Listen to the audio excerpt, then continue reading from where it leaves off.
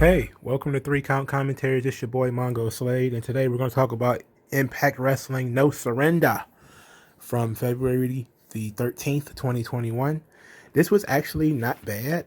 It wasn't a bad show. I mean, the first couple of matches were rough, really rough, but it got better, and finished, it finished meh, but we're going to get into it. So, we started the show with a tribute to Tommy Dreamer. And I, I was I was like, okay, this was very nice. And it was basically, Tommy Dreamer was talking about, he's going to try his best to be the man everyone remembers, that everybody knows, and everybody has watched over the years. He's going to try his best to be that guy tonight, and he's going to try to be his best to be Tommy Dreamer. And this is basically a very Tommy Dreamer centric show, which is, it makes sense. It was a birthday episode, but it was also very somber at the same time, which led me to believe that there was going to be some madness going on, and we'll get there. We'll get to the main event. So the first match was Tennille Dashwood and Triple XL versus Decay. Decay is Crazy Steve, Rosemary, and Black Taurus. So Impact started doing the shaking gimmick for Triple XL. WWE does this for the colossal Bronson Reed, where when he stomps up the stairs, the camera shakes like don't. But they do it for Triple XL now, and they do it like as they walk, the camera starts to shake, and then the commentators are like, "Oh, the ground literally quakes under their feet." And I was like, "Yeah, right." But AC Romero is wide. That dude is wide as fuck. He's wide as a widescreen TV. That's a big guy. Anyway, Taurus was great. He's a great mixture of power, speed, and agility because he's a luchador. But he's thick. He's kind of like Rhino, except for more agile. I'm a huge fan of Taurus. I love Taurus. This match was fine. It was a basic story that they wanted that Tennille Dashwood exists in this match to fight Rosemary because Triple XL didn't want to fight Rosemary. And Crazy Steve was getting worked over. He was the babyface in peril for most of the match. And then it turned into chicanery. It turned into straight up bullshit. Tennille Dashwood had a red t-shirt, and she was dancing in front of Taurus with a red t-shirt because he's a bull, right? Like, he's a bull man. So I'm going to dance in front of him with a red t-shirt. And then when he starts looking at her, she throws the shirt to Caleb outside the ring. And then Taurus goes outside the ring to chase Caleb with a red t-shirt. I was just like, man, are you... Fuck. Are you serious? Like, Jesus H. Christ, man. Jesus. You had to go fuck it up, didn't you? Anyway, I think Taurus ended up destroying the guy later. Rosemary spit green mist in AC Romero's face, and Taurus ended up pinning Larry D with some type of, I think it was a Phantom Driver, which it looked a lot like the Phantom Driver. It was what it was. Like, Taurus was really good, man. I have a hard time just saying that match that he was involved with the shits. But most of these people in this match are not good. It's hard to have a good match with Triple XL. Tennille is fine. Rosemary is fine. Steve is even fine. But together, all of this, no. And then the comedy stuff didn't really work. No. It was what it was. The second match was Brian Myers and Hernandez versus Eddie Edwards and Matt Cardona. See, Myers, he was avoiding wrestling Cardona early. They were kind of teasing it. They were, if Cardona got in, Myers would tag out. He'd powder and stuff like that. So then they worked over Eddie Edwards, and then after the hot tag, Cardona finally gets in the ring, and he's kind of working over Myers. He finally got his hands on him, and then there was an exposed turnbuckle that Matt was. It was kind of a back body drop, but it wasn't a back body drop. Kind of like lifting him up, and he hit his head on the turnbuckle. Then Myers went and did a lariat and pinned him. Another match that was what it was. It was just there, as far as I'm concerned. Look, I don't like any of these guys. Eddie Edwards is good, but this isn't. As long as he's doing what they call the backyard shit, the backyard again shit, man, with the jeans and the braid and all that shit. I'm not interested, man. I'm not interested in anything Eddie Edwards does now. So you could scratch these first two matches off. There was nothing interesting going on in either one of them. So then we get Matt Hardy, who he's talking with a private party, and these guys cannot talk. Cassidy is like, oh, this three-way match is basically like Impact stealing from them because, you know, they supposed to be number one contenders, and now they added another team. And then, you know, Quinn is like, wait, they added a team that we beat already, so we should be more confident. And then Matt Hardy says that, oh yeah, you know, that after you win these tag team titles, you're going to leave Impact and never come back. You know, you're never going to have to come back here again. Just win these titles. And that's kind of when I knew they weren't going to win. And I knew they weren't going to win anyway. But I really, really knew they weren't going to win when they started talking about we're going to win the titles and never come back. Right. Fuck out of here. Third match, Diener versus Jake something. Jake has a lot of potential. Like, he has a good look. Like, he's a pretty well-built guy. He's a little slow in the ring, but he's very aggressive, and that's really was a good thing here. Because Diener is small.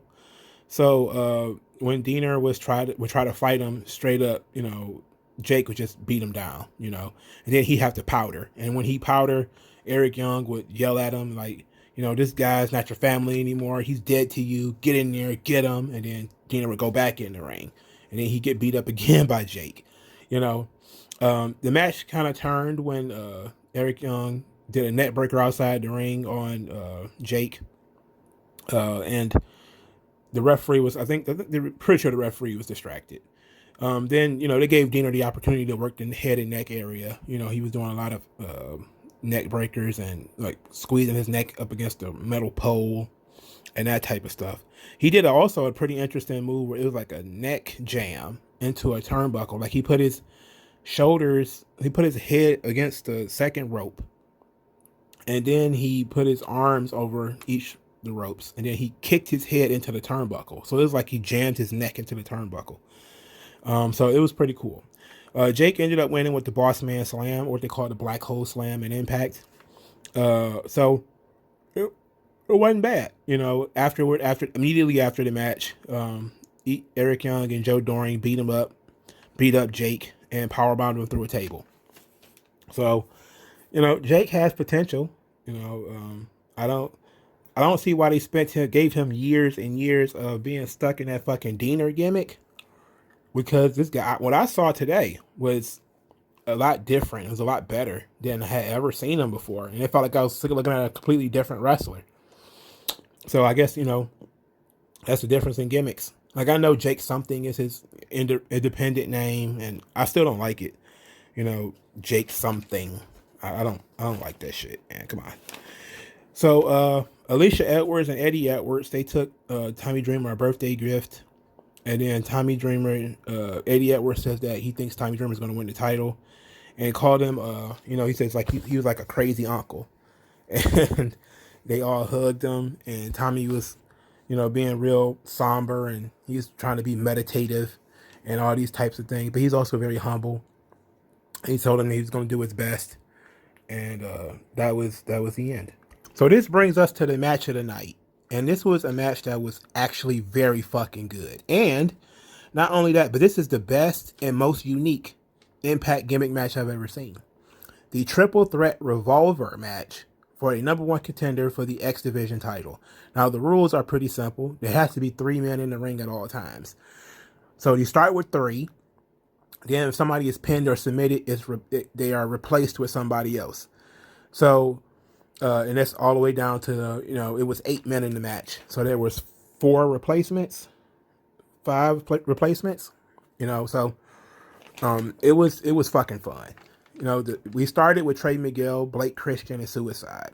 So a lot of people, and if you didn't know, Blake Christian reportedly signed with WWE.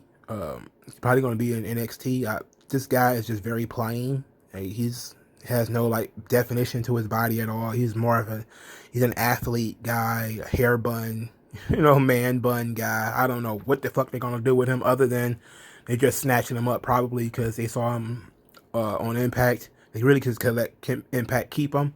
But then again, I'm gonna cut him some slack. I don't know that much about him. All I know is what I saw on Impact, and I didn't see much personality at all in this white bread dude. I also don't know at all about the guy that the other guy that they hired, Christian Casanova. I have no idea. So I'll learn about him when I see him. But Blake Christian wasn't really all that interested, if we're being honest. So I'm not really excited to see him show up on NXT, but whatever. They need youth and young people in NXT, and I guess he'll be able to add that. But he'll probably definitely spend a lot of time on 205 Live before he gets to NXT. I can just tell, and just look at him and tell. So we started with Trey Miguel, Blake Christian, and Suicide. So Suicide submitted to Trey Miguel's Hourglass submission, which is fucking cool. Like I really like that move. It's like a sharpshooter, and it becomes an arm bar, and it's really badass. So Suicide was eliminated and was replaced with Chris Bay. He was the first one to come down.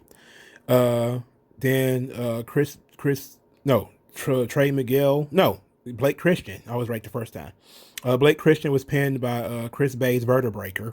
So he was the second one eliminated.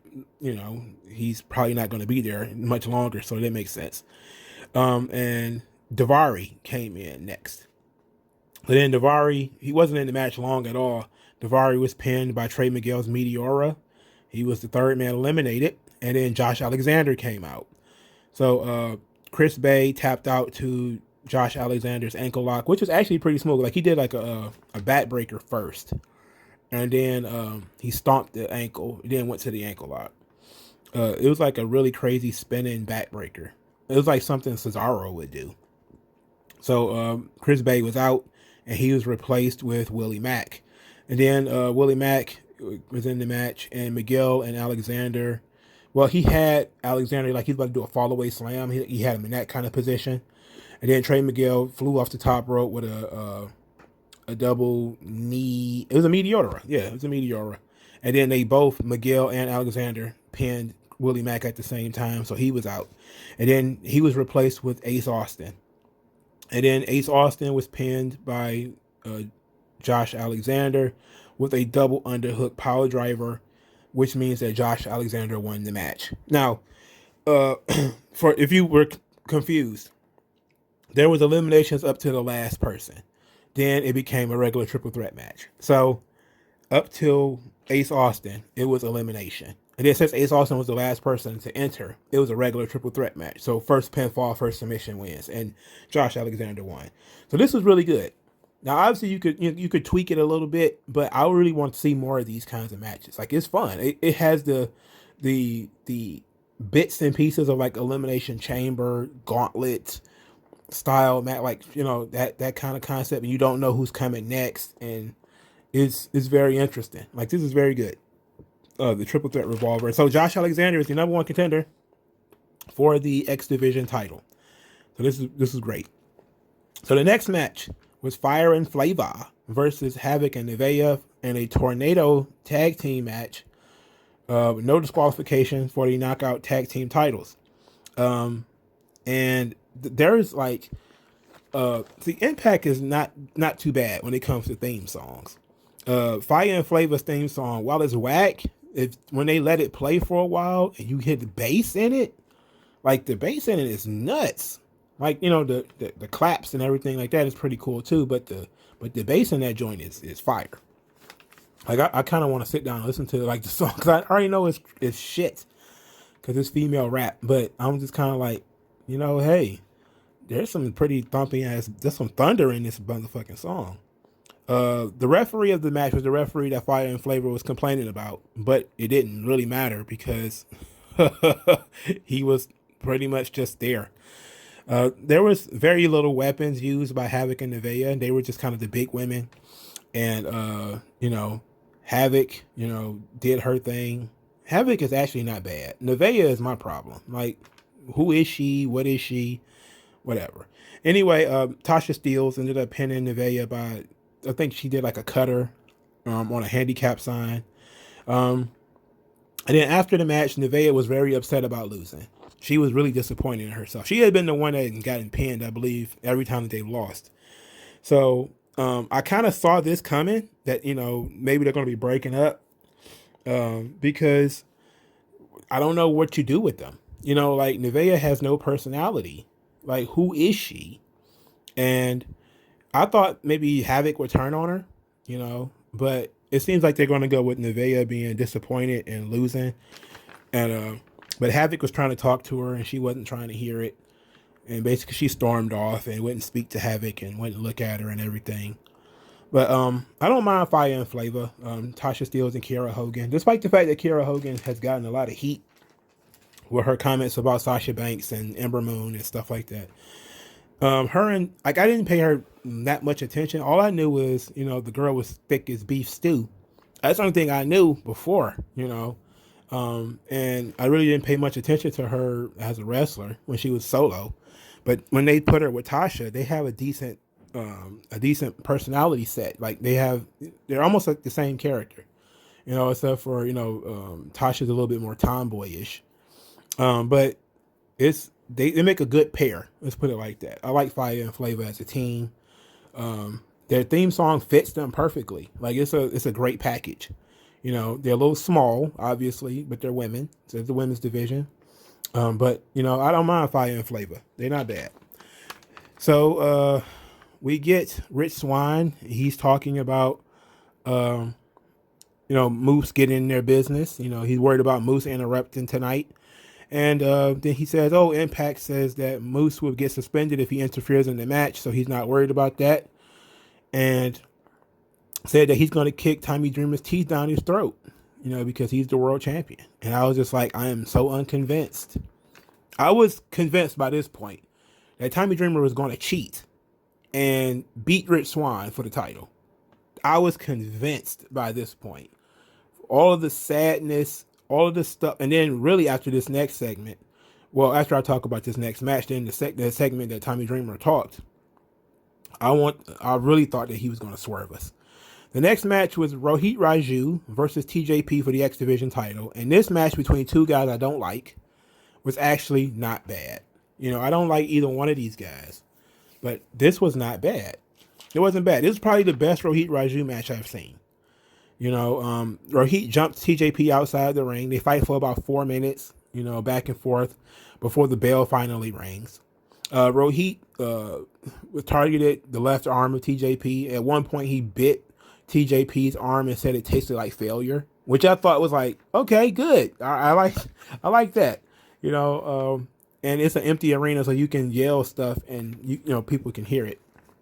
So on 3 different occasions, TJP went for what they call the Mamba Splash, which is kind of like his version of a frog splash, which he said is a tribute to both Eddie Guerrero and Kobe Bryant.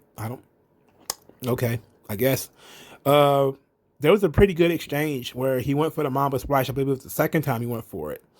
And Rohit Raju caught him in midair and put him in a triangle, which TJP countered into a knee bar, which, you know, Rohit Raju countered into a crossface. It sounds ludicrous, and it kind of, in some ways, was. Because how do you catch somebody like I never liked the idea of, you know, a guy jumps out of the air and you catch him in a triangle. You know, that's very implausible to me. But it's wrestling, you know. So what am I talking about? Anyway, it was a good exchange, and I liked that exchange. And they did some pretty good stuff in here. So TJP ended up winning with the Mamba Splash. The third time he hit it, you know, the third time was the charm. And Rohit Raju was pretty much disgusted with himself. He was unconsolable that he had lost his X Division title rematch and likely was never going to get another one. So, obviously, I think these two guys, I think Rohit Raju and Mahabali Shira, are probably going to the tag team division. That's probably for the best, if we're being honest. I don't see anybody beating the Good Brothers anytime soon, but they do need more opponents. And, you know, I guess I gave away who won the tag team title match, but do you really care? Anyway, Tommy Dreamer came up next, and he was talking about, you know, when he was his 50th birthday. And he says, like, when he turned 10 years old, on his 10th birthday, his dad took him to his first wrestling match. What we found out later was Bobby Duncombe versus Bob Backlund. He said when he was 17, he took his girlfriend to see a match. And at 22, he was in the ring with Sandman. And now he just wants to create memories. You know, he's like those are all of his great memories of his birthday and wrestling. And now he just wants to create more memories for other people, And he was tearing up. And he was like, I just want to be able to create memories. And I was like, this motherfucker definitely turning heel. He's definitely going to swerve us and turn heel and make this show all worth it. Nope. Anyway, the seventh match, Deonna Purrazzo, Kimber Lee, and Susan versus Jordan Grace, ODB, and Jazz. They could have done this on TV, if we're being honest, or done it earlier in the show. ODB tore the sleeves off of Susan's shirt after she took her jacket off. And I was just kind of like, man, I have zero interest in this. I probably watched like all of 3 minutes of this whole match. I did see the finish, though. Jazz had punched Jordan Grace by mistake after she had gotten poked in the eye. But Jazz ended up submitting Susan with the STF. And so I'm guessing we're going to go maybe Jazz versus Deonna Purrazzo next. Okay. You know, it gives Deonna Purrazzo some new opponents that for her to wrestle. You know, she can wrestle Jazz and ODB. She's already beaten Jordan Grace to paste. So, I mean, there's nothing special there, you know, if we're being honest. But, matter of fact, I'm not sure if Deonna Purrazzo has wrestled Jazz yet. Have they wrestled one-on-one yet? I don't know. But it's something that could, you know, I could hold over until they bring some more women into this women's division.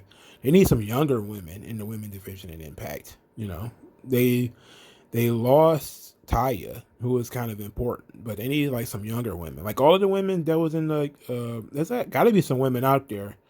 You know, maybe they're gonna try to raid AEW or something like that for some women, or maybe they should just go get like Allison Kay or something and bring her in. Oh, I think she worked there before when she was Sienna. Maybe she doesn't want to go back. Who knows? Anyway, the eighth match, Good Brothers versus Private Party versus James Storm and Chris Sabin. Private Party came out to Matt Hardy's theme song. They didn't come out to their own, which is weird. Chris Sabin at one point was doing an exchange with Mark Quinn, and Quinn was getting chastised by Kurt Angle, by Matt Hardy. And Chris Sabin was like, hey, you don't need him. You don't need Matt. You were doing good. You were doing great. And he offered to shake Mark Quinn's hand. And he thought about it for a minute before he, of course, attacked him, solidifying that he's a heel. There were just, you know, these kinds of matches always break down and you lose track of who's legal and who's supposed to be doing what. Because it just becomes tag team match. Everybody started doing combination moves. Like Private Party, 90% of their offense relies on them being in the ring at the same time. Like solo, they have no offense, but together they have pretty dynamic offense. So you have them doing like combination moves, like diamond dust into the such and such into the flippity doo, and it's like 100 things happening at one time, and it's hard to take all that shit in, let alone take notes on it, because they're just doing so much. You know, and it just broke down into everybody in the ring, everybody hitting somebody with something. Ultimately, Matt Hardy got involved, did a twist of fate on James Storm. It didn't lead to the finish, but I just remembered that it happened and wrote it down. The finish came with Carl Anderson pinning James Storm, and I'm pretty sure it was after Private Party did something to James Storm. So it was like a lot of shit happening at one time. It was a car crash. It turned into a car crash that the Good Brothers won. Then after the match, Matt Hardy was like, how could you let me down? He's saying to Private Party, how could you guys let me down? After all the things I did for you, how do you let me down? And I'm like, okay. I'm guessing this Private Party thing is not going to be going on for much longer. Anyway, the main event, Tommy Dreamer versus Rich Swann for the Impact World title. Rich Swann now has a light up visor, similar to Naomi's boots.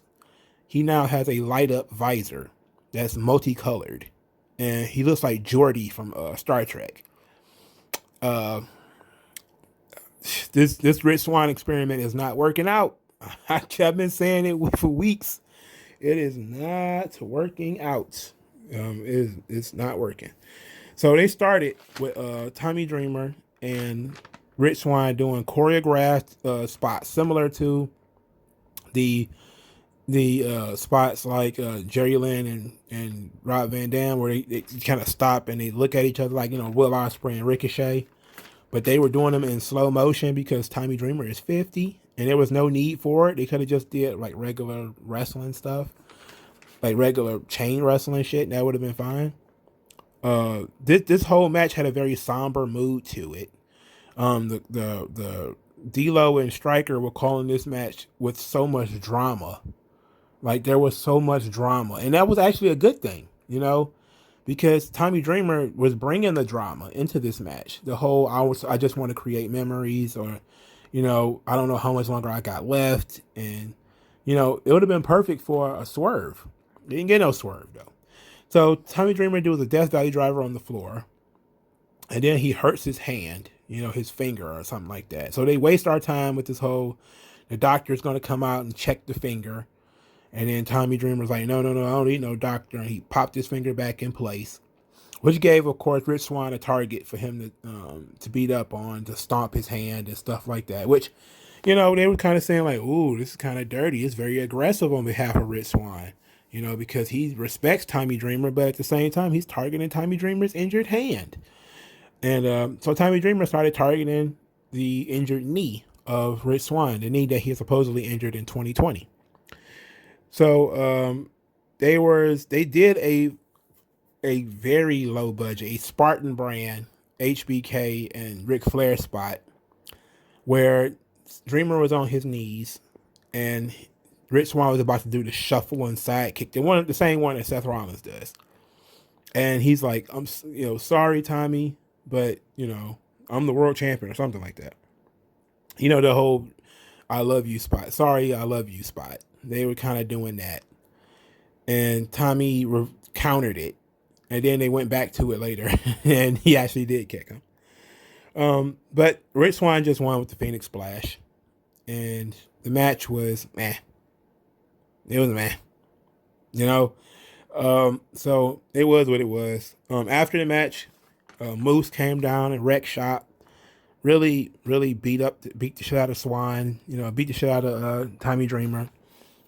Beat Rich Swann with a chair. Held up the titles because, let everybody know that he's next. And then the show went off the air. At least that's what I thought. And then we see that, we hear some Japanese shit. And I'm like, what the hell is going on here? And I see that it's David Finlay and Juice Robinson. And they will be coming to Impact. And I said to myself, I cannot think of a single more Impact tier performer than Juice Robinson. I know a lot of people like Juice Robinson, but fuck Juice Robinson, okay? He's just not interested. Okay? Like Dave Finlay, I'm really not interested. I'm actually more interested in Juice Robinson because he actually is colorful and has personality. I'm not interested in David Finlay at all. Like he was okay in Ring of Honor, but whatever. And I know that they're still doing this Forbidden Door, the door is open, and now everybody's going everywhere. So, they need tag teams for the Good Brothers to wrestle. So they're going to bring in David Finlay and Juice Robinson from New Japan. These guys were likely in America anyway. So, it's not like they hopped off a plane and came over here. This is the whole thing about the whole Forbidden Door shit.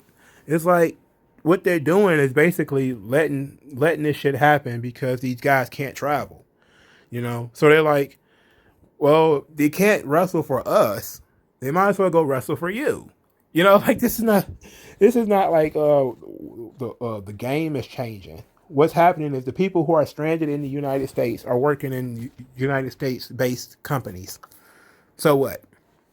It's not like nobody got on a plane to come way to Impact from Japan. That didn't happen. So it's basically just something that is convenient for the wrestlers. It's a wrestler-friendly system that they got here with this Impact AEW thing.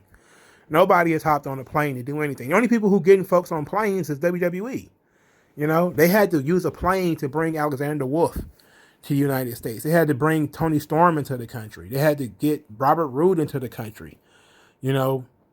So I think they also had to do a plane to get Kyle O'Reilly into the country. But most of these other guys is New Japan Strong, I believe, actually tapes in Florida, if I remember correctly, maybe California. They're not doing that much. They basically like New Japan is like, okay, you guys are trapped in the United States.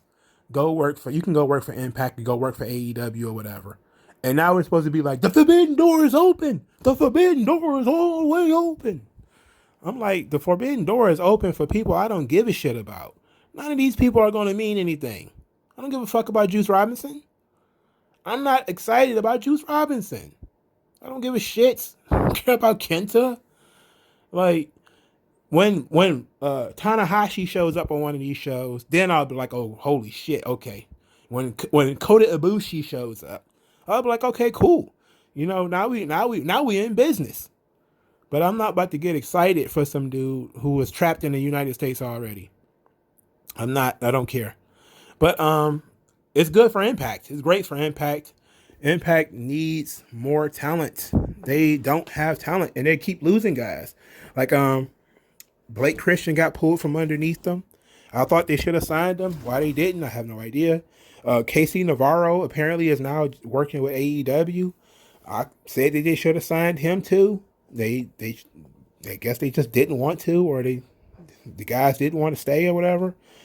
But they have some options. There's guys out there, But I'm guessing that they just kind of want to like the whole forbidden door thing. It makes more sense to bring a guy in and pay him to work a match rather than, keeping the guy on salary. So, but the forbidden door is open. The forbidden door is open. Everybody's so excited about Juice Robinson. I'm like, I don't really care. Like he was already in the country. He didn't get on the airplane, so I don't care. If everybody who is important to New Japan is in Japan, let's put it like that. That's kind of what I was getting around to by saying that nobody's getting on the plane.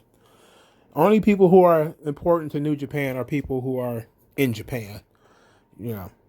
So there that is. And I think they had to use a plane to get Will Ospreay out there. So it is what it is. If you happy with New Japan scraps, that's fine.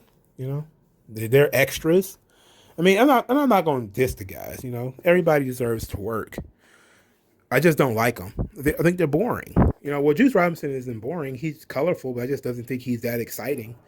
I've seen plenty of his matches. He has like one or two good matches, but I think he's one of those guys that people definitely overblow because I've seen a lot of them in Ring of Honor, and I was just kind of like, take it or leave it, And then of course I remember him in NXT, but I'm not going to judge the guy by how he was in NXT because I was a completely different person now because I know he did find a personality and was actually changing things up. So that's a good thing. But I really don't care about the Forbidden Door. I don't care about Impact and New Japan working together. Again, nobody that's going to show up is going to matter, if we're being honest. And if you wanted to impress me, you should have brought in Guerrillas of Destiny. Bring them in to do Impact, to work with the Good Brothers on Impact. Probably not. Because guaranteed the first time they can use an airplane, the Good Brothers are going to Japan and not the other way around. But let me know what you guys think in the comment section below. Like this video, share this video, subscribe to this channel. I thank you guys for your time and energy. Use the hashtag 3Count Commentaries to support the channel.